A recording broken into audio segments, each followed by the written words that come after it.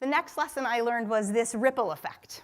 So the ripple effect is we never know what our actions are going to do for someone else. And in the work you do, when I speak to audiences like yours, I know you chose a profession that has a ripple effect. I hope you know that. When I started this mitzvah project, my kids were 6 and 9.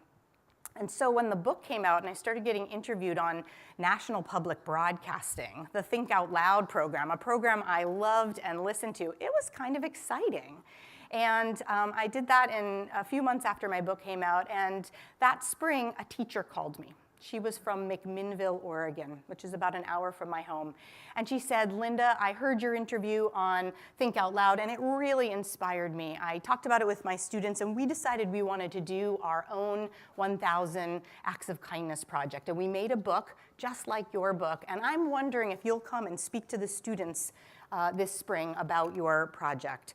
And I looked at my calendar, and I said I was a full-time stay-at-home mom at that time, so I was active in the PTO, and it was end of the year, and I wasn't quite sure I could fit it into my calendar, but I said, yes, I'll definitely come. And I remember thinking that morning when I woke up, God, it's an hour drive each way. I hope it's worth it. And I get to the classroom that morning, and these 4th and 5th graders, they're on the edge of their seats, and they're like, oh, Mrs. Cohen, was your mom a writer? Mrs. Cohen, who was your inspiration to be a writer? Oh, Mrs. Cohen, I want to be a writer someday. And as I sat in the car at the end of that experience, I thought, was it worth it? Oh, hell yes. I didn't know what my ripple effect was going to be when I started this crazy middle-of-the-night epiphany project. Do you know what your ripple effect is going to be? A little bit about reputation. I will say, gone are the days when if you have an experience at a company, at a business, and you are unhappy with it, you might tell your partner, your spouse, a family member, or a neighbor. Those days are gone because you have social media now. So you could take your experience and you could put it wherever you want out on the internet, right? And so it's now going to go to thousands, potentially, of people who are going to hear your story.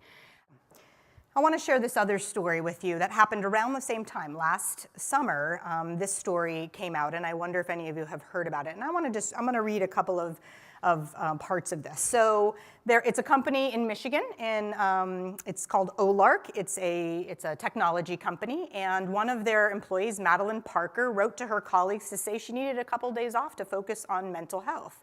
And she was shocked by the response that her CEO gave her. Can anybody think what that response might have been like? Or based on your own experience, she asked? What? Pack up your bags and leave. Anybody else think that might have been the response? Didn't believe her? Okay.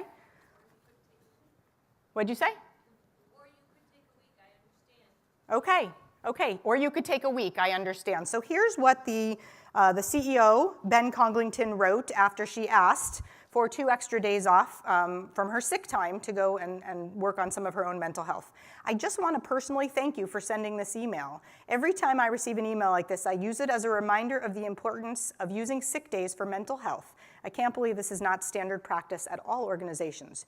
You are an example to us all and help cut through the stigma so we can all bring our whole selves to work. Pretty nice, huh? So here's what happened. She asked her boss, can I tweet that?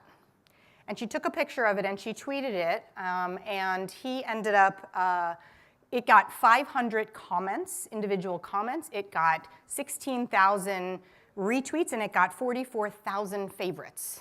And the CEO, Ben Conglington, got invited to go and speak. He got invited for magazines and for some interviews. Yeah, I was to speak for some interviews about why he did this and why he supported his employee. And he said, it's 2017. I can't believe this is still controversial to speak about mental health in the workplace when 1 in 6 Americans is struggling with mental health.